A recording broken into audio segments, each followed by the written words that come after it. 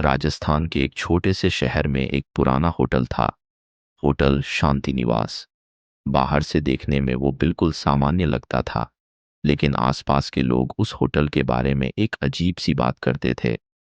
कहते थे कि उस होटल का कमरा नंबर 27 कई सालों से बंद है, क्योंकि वहां जो भी रुका वो कभी ठीक से वापस नहीं आया। लेकिन ये सब बातें शहर के बाहर से आए लोगों को पता नहीं होती थीं। एक दिन रवि नाम का एक 28 साल का लड़का, जो एक सेल्समैन था, उस शहर में काम के सिलसिले में आया।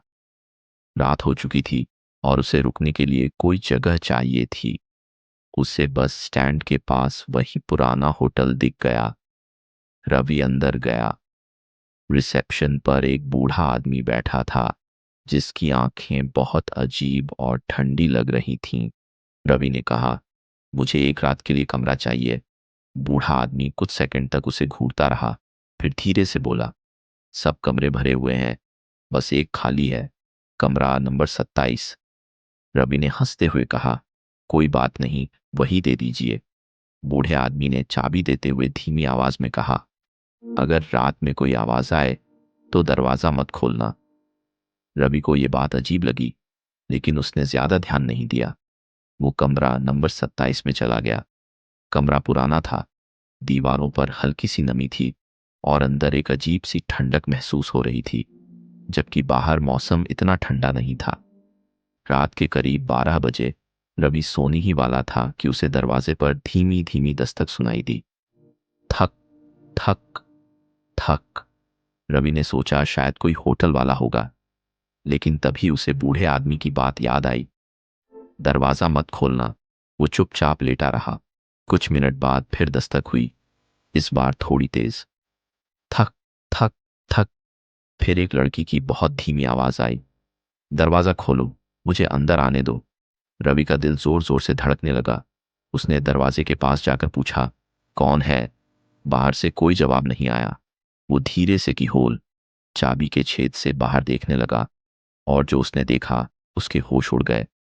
बाहर एक लड़की खड़ी थी, सफेद कपड़े में, बाल पूरे चेहरे पर फैले हुए।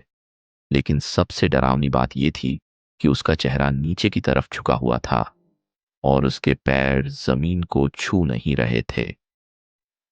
रवि डर के मारे पीछे हट गया। उसने तुरंत लाइट बंद कर ली और बिस्तर में चुपचाप लेट गया। कुछ देर बाद दस्तक बंद हो गई। रवि को लगा सब खत्म हो गया, लेकिन तभी उसे महसूस हुआ कि कमरे के अंदर कोई चल रहा है।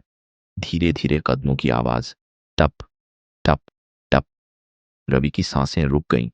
उसने हिम्मत करके धीरे से आंखें खोलीं और देखा, वही लड़की कमरे के कोने में खड़ी थी। इस बार उसका चेहरा साफ दिखाई दे रहा था। उसकी आंखें पूरी काली थीं और चेहरे पर एक अजीब सी मुस्कान थी। वो धीरे धीरे रवि की तरफ बढ़ने लगी। रवि डर के मारे चिल्लाया और बेहोश हो गया। सुबह जब उसकी आंख खुली, वो होटल के बाहर सड़क पर पड़ा था। पास में वही बूढ़ा आदमी खड़ा था। बूढ़े ने कहा, तुम बच गए, लेकिन सब इतने किस्मत वाले नहीं होते। रवि कांपती आवाज में बोला, वो वो लड़की कौन थी? बूढ़े ने गहरी सांस ली और बताया, 10 साल पहले इसी कमरे में एक लड़की ने आत्महत्या की थी। उसे उसके प्रेमी ने धोखा दिया था। तब से वो हर रात किसी न किसी को दरवाजा खोलने के लिए बुलाती है। जो दरवाजा खोल देता है वो कभी वापस नहीं आता। रवि ने डरते हुए पूछा, फिर मैं कैसे बच गया? बूढ़ा आदमी हल्का सा मुस्कुराया और बोला, क्योंकि तुमने दरवाजा नहीं खोला। रवि तुरंत वहां से भाग गया।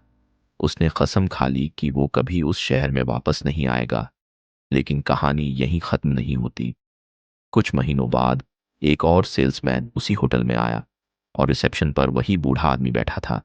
उसने फिर वही बात कही, सब कमरे भरे हैं, बस कमरा नंबर 27 खाली है। और उस रात फिर से दरवाजे पर दस्तक हुई। थक थक थक। धीमी आवाज आई, दरवाजा खोलो, मुझे अंदर आने दो। और इस बार दरवाजा खुल गया।